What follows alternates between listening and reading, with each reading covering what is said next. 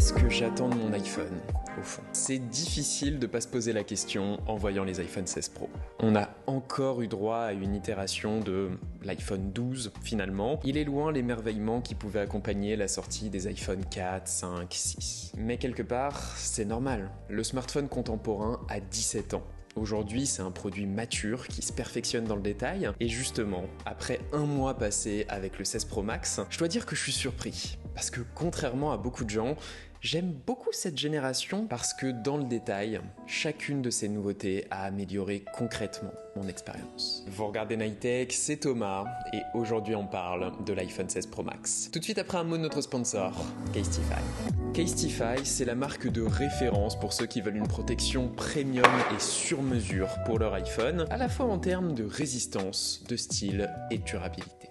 La durabilité d'abord. Casetify fabrique ses produits à partir de coques recyclées grâce à leur programme Recasetify. C'est très cool et ils ont pour objectif de n'utiliser que du plastique recyclé d'ici 2030. Sur le style, c'est à vous de choisir l'identité de votre coque parmi des centaines de modèles et séries exclusives. Et sur la protection, pareil. Vous partez du minimalisme de la gamme compacte en passant par l'équilibre de la Impact, ma favori, jusqu'à la protection à toute épreuve de ce nouveau modèle Ultra Bounce. L'idée est simple avec lui. 70% des chutes de smartphone se font sur un coin, la partie la plus fragile, donc Casetify a adopté une nouvelle conception baptisée TC Lock pour rediriger la force de gravité de l'impact et résister à des chutes de jusqu'à 10 mètres de hauteur. Vous me pardonnerez, je vais pas tester les 10 mètres, mais c'est rassurant. Si vous voulez une protection premium et sur mesure, Casetify. Et vous pouvez utiliser mon lien en description pour profiter de 10% de réduction sur votre protection. Merci à Casetify et on revient à la vidéo.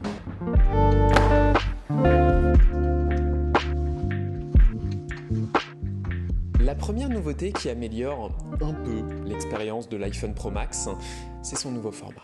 Les premiers jours, j'ai été franchement heureux de redécouvrir la construction en titane avec son équilibre intéressant entre légèreté, feeling premium et durabilité. Et cette année, titane sable ou pas, la couleur argent est toujours la meilleure. Et bien sûr, on retrouve les excellents fondamentaux des derniers iPhones. Résistance à l'eau et aux traces de doigts, verre Ceramic Shield renforcé cette année, le bouton d'action dont je peux plus me passer pour déclencher mes modes de concentration et l'USB Type C pour n'avoir qu'un seul câble dans sa vie. Merci l'Europe.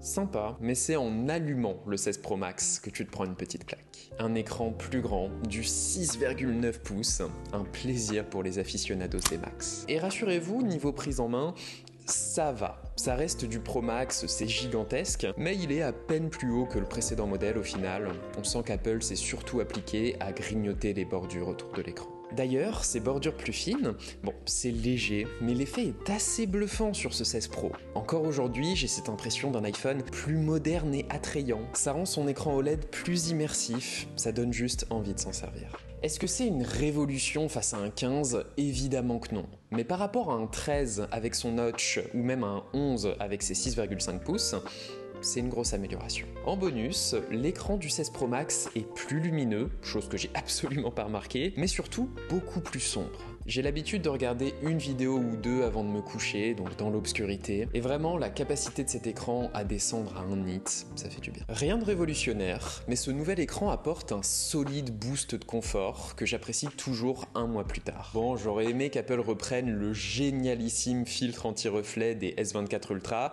mais on peut pas tout avoir, j'imagine. Or, et oui, la raison pour laquelle j'utilise un Pro personnellement, ProMotion est toujours là, pour l'écran Always On et la fluidité des 120 images par seconde. Et si cet iPhone est fluide, c'est aussi grâce à sa seconde nouveauté.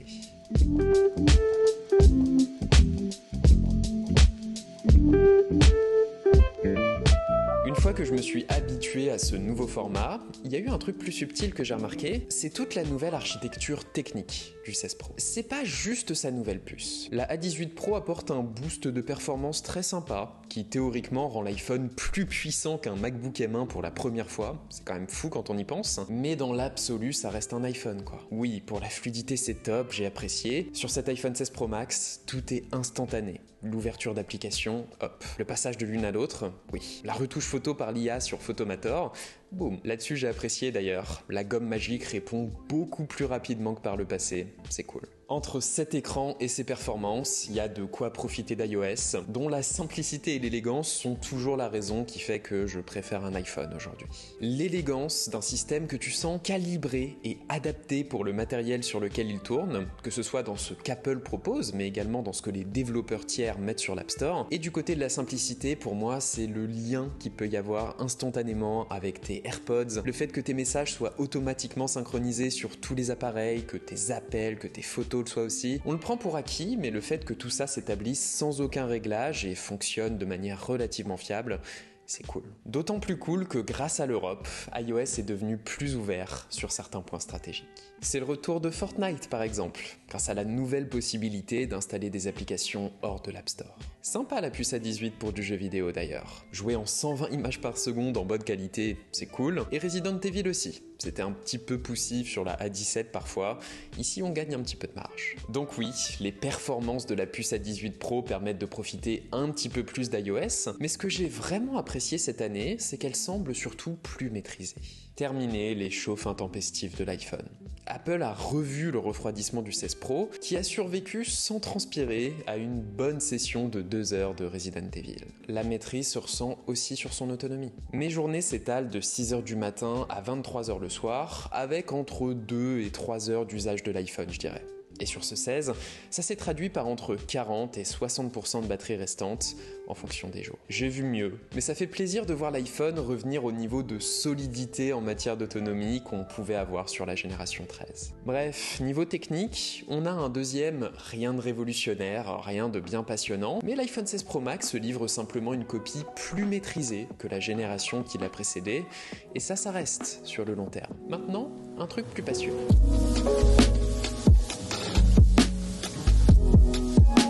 Alors vous me connaissez, je suis pas un youtubeur photo.